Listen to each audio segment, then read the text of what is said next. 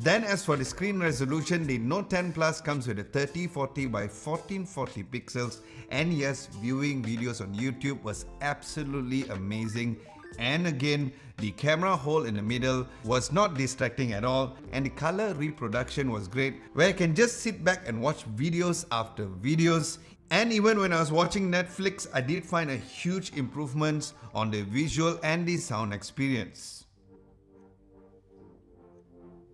Now as for the phone's camera, there is a 12 megapixel variable aperture of f1.5 to f2.4, 27mm wide lens, a 12 megapixel f2.1 aperture 52mm telephoto lens, and also a 16 megapixel f2.2 with a great focal length of a 12mm ultra wide angle lens. And unique to the Note 10 Plus, the phone also has a TOF time of flight 3D VGA camera to get some great depth shots.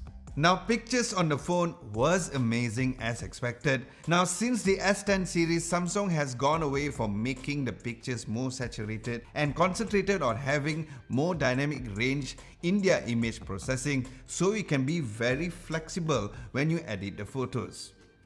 Now thanks to the new depth VGA camera, the portrait mode on the phone was the best compared to previous Samsung phones, with a good edge detection on the blurred background. With the TOF camera lens, you don't even need to go to the live focus mode to get a shallow depth of field for close-up shots. Now sides, where the images was quite sharp on the edges as well.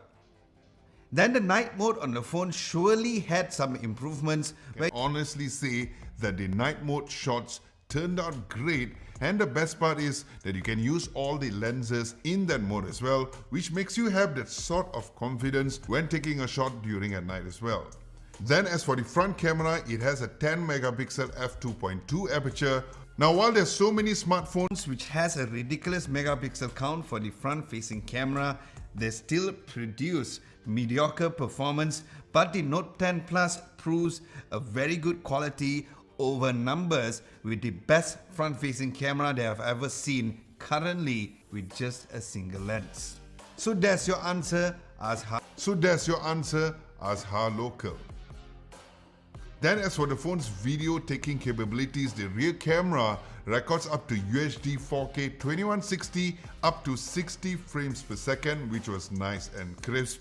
And with the added depth sensor lens at the back, there is the live video focus to give you a proper shallow depth of field for your videos.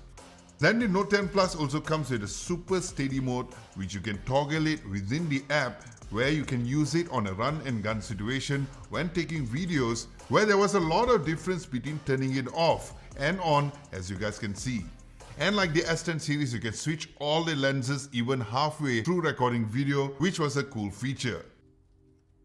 Then as for the front camera, it also records at 4K 2160 up to 30 frames per second, with also a good image stabilization. And then there's also some cool filters added into the camera app software and record using the live focus video, which is also present within the front camera as well, where other than the blurred background, there's other filters such as big circle to really blur out your background, color point to separate you with a monochromatic background, and my personal favorite is the glitch effect, which I personally call it the Stranger Things effect, and shout out to Stranger Things fans out there.